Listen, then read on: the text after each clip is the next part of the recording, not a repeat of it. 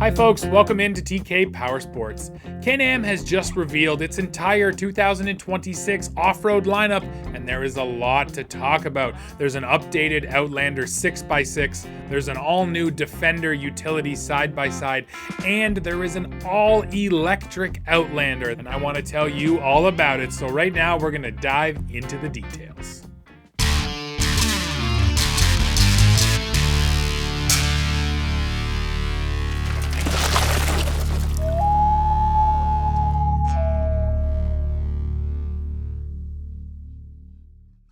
Let's start by looking closer at this, the new Outlander Electric, because I do think this is some of the most exciting product news we're getting from Can-Am for 2026. So the Outlander Electric is going to be powered by the Rotax e-Power unit and battery. That is made up of one electric motor that is putting out 47 horsepower and 53 pound-feet of torque, and it is using an 8.9 kilowatt hour battery pack. Now let's hit the two biggest points with any EV, charging time and range. So first, charging. You can do up to level 2 charging on this Outlander. That is up to 6.6 kilowatts. And if you can get to a level 2 charger, Can-Am says you can go from 20 to 80% charged in 50 minutes, and then from 0 to 100%, so a full charge in 90 minutes. Now that is on level 2 charging. If you just use level 1, that's a regular plug that you already have around your house or in your garage, the Outlander Electric is going to take 3 hours and 10 minutes to go from 20% to 80%. For a full charge from 0 to 100, 5 hours and 15 minutes on level 1 charging. Then when it comes to range, Can-Am says that you can expect up to 80 kilometers or 50 miles of range. But to their credit, they say that is the optimal range. That is if you're not riding too hard, too fast, the weather outside is real nice, and they recognize generally on an ATV that's not going to be the case. So they published that as the optimal range, but they also said that the average range is probably closer to 50 kilometers or about 31 miles. And they arrived at that number by doing testing. And during the testing, they would switch from 2-wheel drive to 4-wheel drive. They would drive up hills. They would do a bit of towing. They would change the surface from grass to mud to just dirt. So if you're kind of riding an ATV sort of normally, that's what you'd expect, you're probably going to get somewhere closer to 31 miles or 50 kilometers of range. Can-Am also talks specifically about temperature and how it's going to affect your range. So the first thing they say is that the Outlander Electric is designed to work within the temperatures of minus 20 degrees Celsius and plus 40 degrees Celsius. So if it's outside of that, I mean, first of all, that's pretty extreme, and it will still work. You can just expect severely degraded battery and range performance.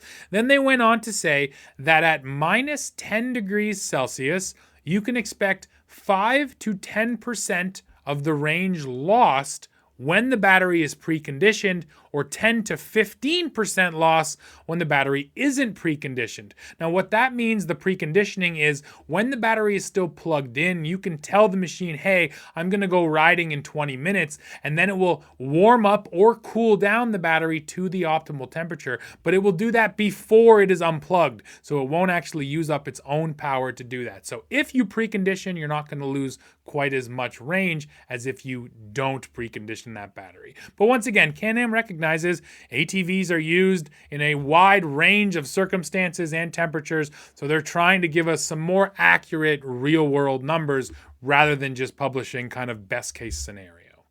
Now, when it comes to features on this powertrain, there's a couple that are EV specific and some that aren't. Let me go through them. So you are getting regenerative braking here. That is going to use the brakes to actually scrub back some power and put it back into the battery pack. What I like to see though is there's 3 different levels of regen. So not only are you regaining power, but if you crank that regen up, it's going to act as an engine brake basically and should help you to control your loads, especially when going down a hill. So I like to see the different levels of regen. You do have engine modes here, work, normal, and sport. That's pretty standard. There is a speed limiter on this model, so you can bring that top speed down. You do get dynamic power steering as well, of course.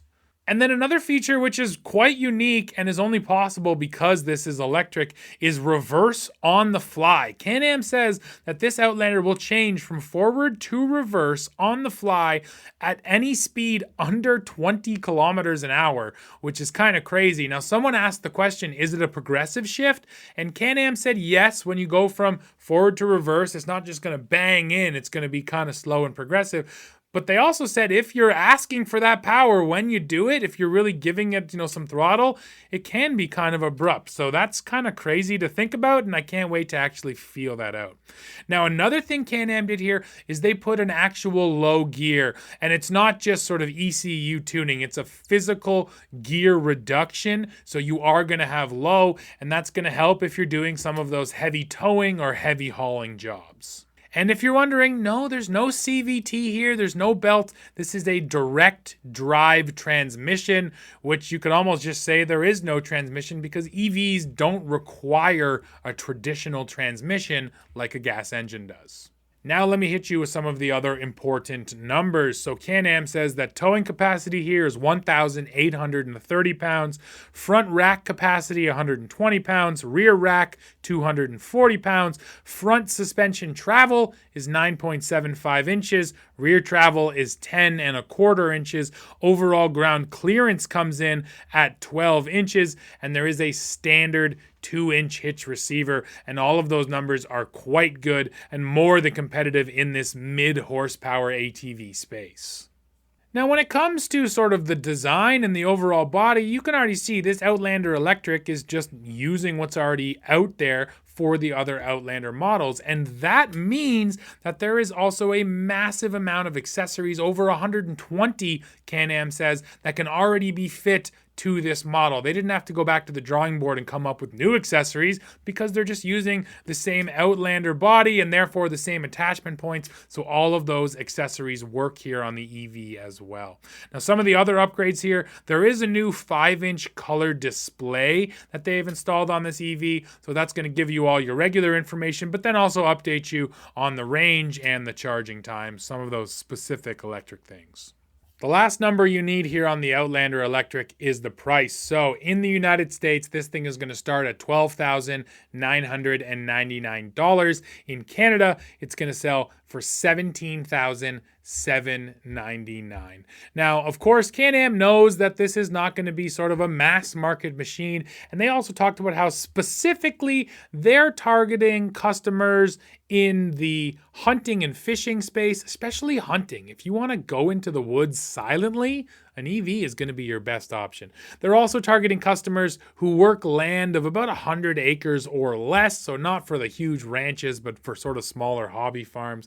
And then also some commercial applications. For the most part, when they did their research, they say that these customers ride about 19 miles a day on average. So that's how they're justifying where they went with the range. And they could have put a massive battery pack in here, but then it would have been an incredibly heavy unit. So they decided, let's keep it lighter and give them enough range for at least what they say is most customers. So it'll be interesting to see who snaps these up, and why don't you guys just drop in the comments now and let me know what your thoughts are. Do you like the idea of the Outlander Electric? I want to hear about it. And if you're wondering what that weight number is, Can-Am says dry weight on the Electric is 875 pounds, which is maybe 100 pounds heavier than a comparable model, but that is not the heaviest Outlander in the lineup. If you get an Outlander 1000R XTP or the backcountry model that's new, those things can weigh over 1,000 pounds. So yes, they really did keep that weight low, which I like to see.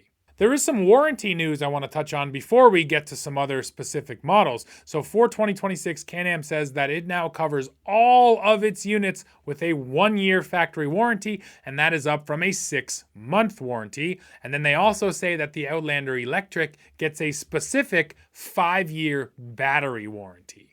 Next up on the product side, I want to tell you about this, the 2026 Outlander 6x6. Yes, they've updated the 6x6, essentially just bringing all the changes that arrived for the Outlander 1000. They've now brought them over here to the 6x6 model. So yes, you can now get that 1000R engine that makes 101 horsepower, 69 pound-feet of torque in the Outlander 6x6. So nice to get that big engine option. There's two other engine options here as well. The base is the Rotax 700. That's offering 50 horsepower. And then you can step up to the Rotax 850, and that's offering 82 horsepower. So three different power options. When it comes to some of the numbers, you can now get 10 inches of suspension travel, up to 13 inches of ground clearance, which is pretty huge.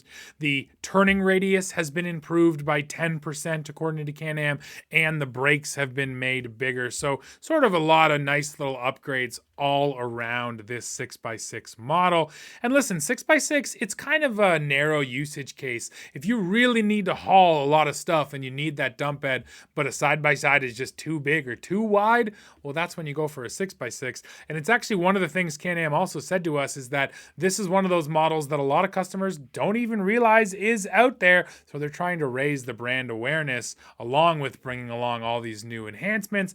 And there's a new model here, the 6x6 Backcountry. So the Backcountry is the top of the line off-road model. It's getting things like 30-inch tires and aluminum beadlock wheels. You're getting a 3,500-pound synthetic winch rope, stuff like that. So they've also brought along this new top-end model to try and sell the 6x6. Finally, let me hit you with all the capacities because this is really why you'd go for this model. There's a box capacity on the 6x6 of 1,000 pounds. Towing capacity is 1,830 pounds. Front rack capacity, 120 pounds. The front drop-down storage, yeah, there's a storage up there. That's 8 gallons. And then the rear under cargo storage, there's storage back there too, 6.6 gallons.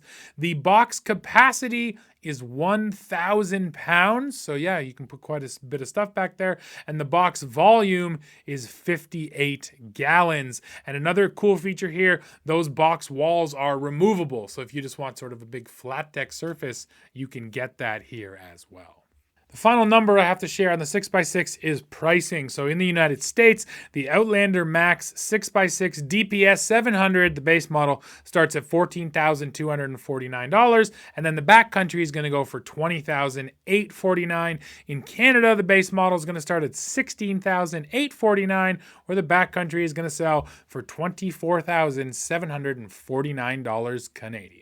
The next bit of news, which is exciting, is that Smart Shox have arrived on Can-Am ATVs, which means you can change your suspension damping on the fly based on your preferences. So yeah, you can make this thing more firm or softer based on whatever it is you want. And there's also sensors which are constantly monitoring the ground beneath the machine and you as the rider to then set those parameters exactly where you need them. So this is a first in the ATV segment, and it is exciting. You're going to be able to get Smart Shox on the Outlander and Outlander Max XTP models, plus the Outlander Max Limited will also have Smart Shox. If you want to talk about pricing, well, the base Outlander XTP with Smart Shox is going to be $19,799. If you step up to the Max, you're talking about $21,149 US. And then here in Canada, the base XTP with Smart Shox is $24,449. Step up to the Max, and you're talking about $26,000.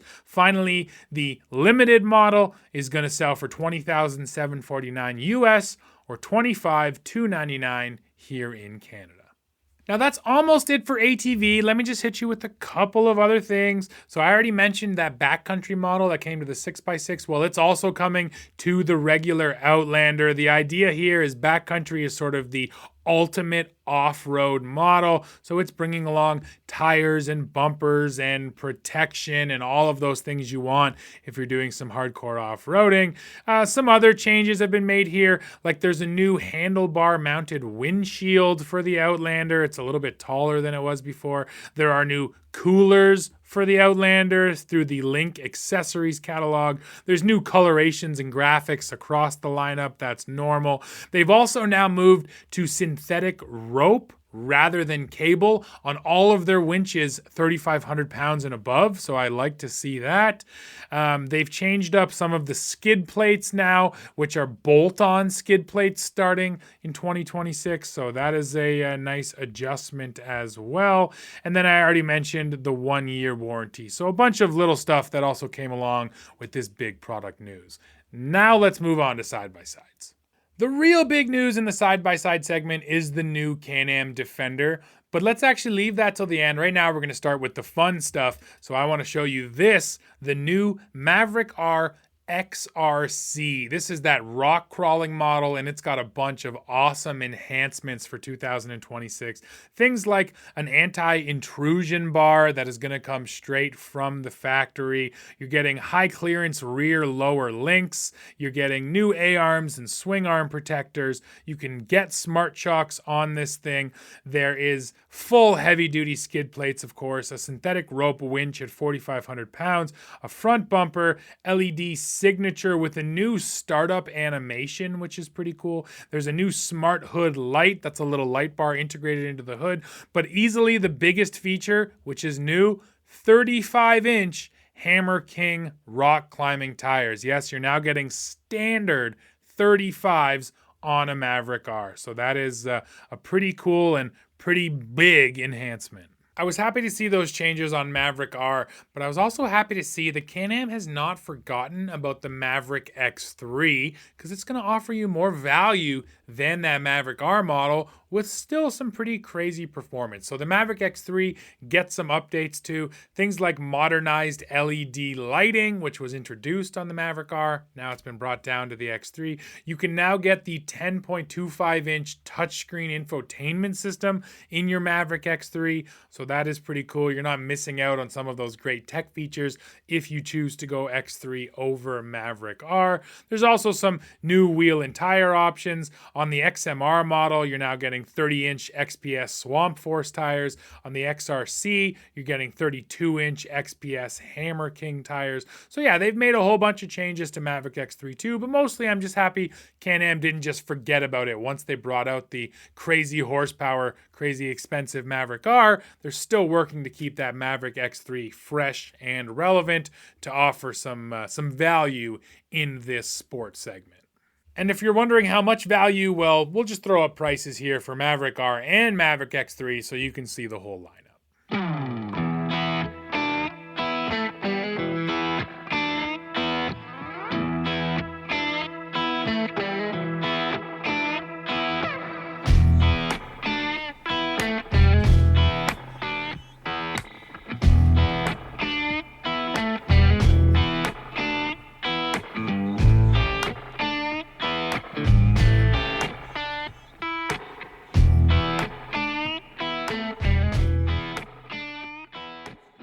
And finally, we get to this, the all-new next-generation Can-Am Defender. This is the utility side-by-side in the lineup, and it's a very important product from Can-Am, and this is the all-new generation. So let's start by talking power. This thing is powered by the HD11 power plant. That's a 999cc inline 3-cylinder. It's making a class-leading 95 horsepower and 70 pound-feet of torque. And it's not just the engine that's new. It also has a new air intake system, new cooling system, stronger drive shaft components as well. So Can-Am really went back to the drawing board when it comes to this powertrain.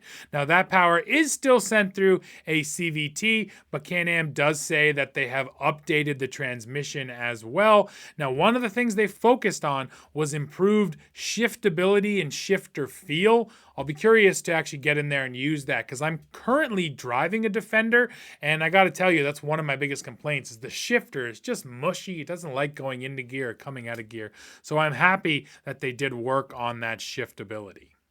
Let me hit you with some numbers now. So first of all, Can-Am says that the suspension has now been pushed out to 65 inches wide, so slightly wider than it was before. You're now getting up to 15 inches of ground clearance and suspension travel at 12 inches in the front and in the back. Can-Am says they also improved the rack, pinion, and tie rod robustness, and they just mentioned a lot of times how they tried to make a lot of components beefier and stronger, including things like the wheel hubs, the knuckles, the sway bars, even the bolts and nuts have been made larger and stronger than they were in the previous generation.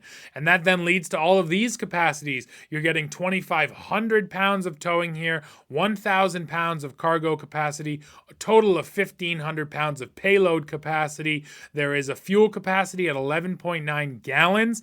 That's a 10% increase from before. And of course, there is a 2-inch factory hitch receiver.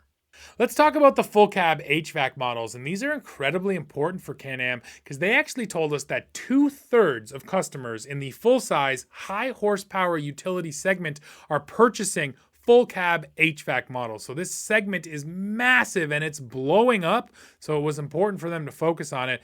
They also told us that they started with their HVAC system and then built the machine around it. So I can tell you some numbers to back that up. They say that there's been a 62% in the amount of air that's being moved into the cab. So that means more cooling power and more heat for cold days. 2 times the airflow as compared to what they had before. They said that the windshield defrost time has improved by at least 40% at idle.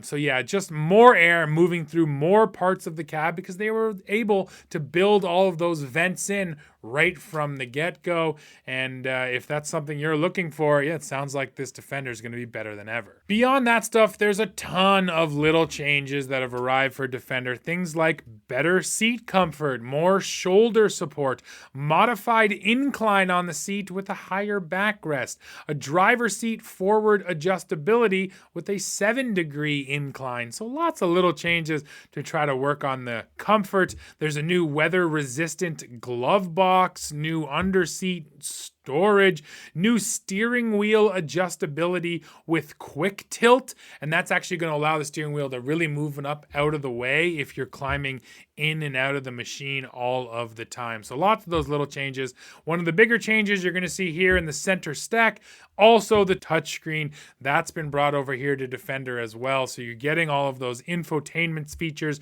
You're getting built-in GPS. There's group ride functionality if you have the BRP Go app on your phone. Of course, you can play your music. There is a rear camera included, and then there's an optional front camera you can get, which is going to be displayed on the screen. So all of those great infotainment features have also been brought over here to the Defender. And no surprise then that the accessory catalog is fully updated as well. There's new LED lighting, new accessory LED light bars, new LED backup lights that come on automatically when you put the thing into reverse. There's 4 different levels of sound systems. So Can-Am spent a lot of their time on different sound systems here. So a massive amount of accessories have been added onto this unit. Also things like a multi-position cargo rack, which goes up and over the bed. That is going to allow you to put link attachments onto it. So, for more of the adventure overlanding crowd, you can bring a ton of tools and, extra fuel, stuff like that with you, thanks to that rack. So yeah, when it comes to accessories too, there's frankly too many for me to cover right now in this video, but Can-Am has designed up to 200 accessories for this new Defender. Now let me hit you with the pricing. So the Defender XT HD11 in Canada is going to start at $27,699. In the States, it's going to start at $22,699. And then the most expensive version of this new HD11 Defender is going to be the Max Lone Star Cab model, which here in Canada sells for $48,299, and then in the States, that Max Lone Star Cab sells for $39,699. So yes, these things have gotten pretty pricey. Now, Can-Am didn't get rid of the Defender HD7, HD9, and HD10. So essentially the current Defender, those are all still on sale. So that's where you're going to find your value and save some money. When it comes to this new HD11, it's priced pretty aggressively. And I'm sure as the years go on, they'll roll out more affordable versions of the new model. But for now, that's sort of the split. You either get the old Defender, which is going to be more affordable, or go for that new HD11 and you're going to pay for it. And you can see there's already a whole range of models here on the HD11. So there's an XT, there's an XMR, there's a Limited, and there's a Lone Star. So they already have a pretty nicely fleshed out model lineup, but I'm sure as the years go on, that's just going to keep growing. And with that, folks, we've come to the end of this one. Now, there was actually even more changes that Can-Am brought to its 2026 lineup. I just didn't want to get too deep in the weeds on this video because it's already long enough. But the high points here really are Outlander Electric, that really cool redesigned 6x6, And then the all-new Defender. Oh, and 35-inch tires on a Maverick R. That's pretty dang cool as well. But you know what? I'll go down the line. Outlander Electric, I'm excited to see how it works out. The range isn't great. I think we all recognize that. But I like that they kept it lightweight and the charge times are pretty quick. So we got to wait and see on that one. I think customers will like it, but I just don't really know yet. Then on the 6x6, yeah, they just took all the updates they brought to the 1000R and brought them to the 6x6. They made it better. On 35-inch tires, that's just amazing. That's so cool that we're getting that from the factory now when, you know, not too many years ago, that would have been a total pipe dream. So really crazy performance we're getting from these off-roaders. Finally, the Defender. Happy to see them bring along a new Defender. Happy to see so much talk about just reliability and beefing up a lot of those parts, because when it comes to utility, that's still the number one thing you're looking for. A machine that's going to do hard work for a long period of time, and it seems like Can-Am did focus on that. Now, of course, folks, I need to hear from you. Drop in the comments. Let me know what you think about everything you've seen in this video. And while you're down there leaving me that comment, don't forget to hit like, hit subscribe, hit join to become a member of our channel, and then come right back here to TK Power Sports and see what we're testing next. See ya.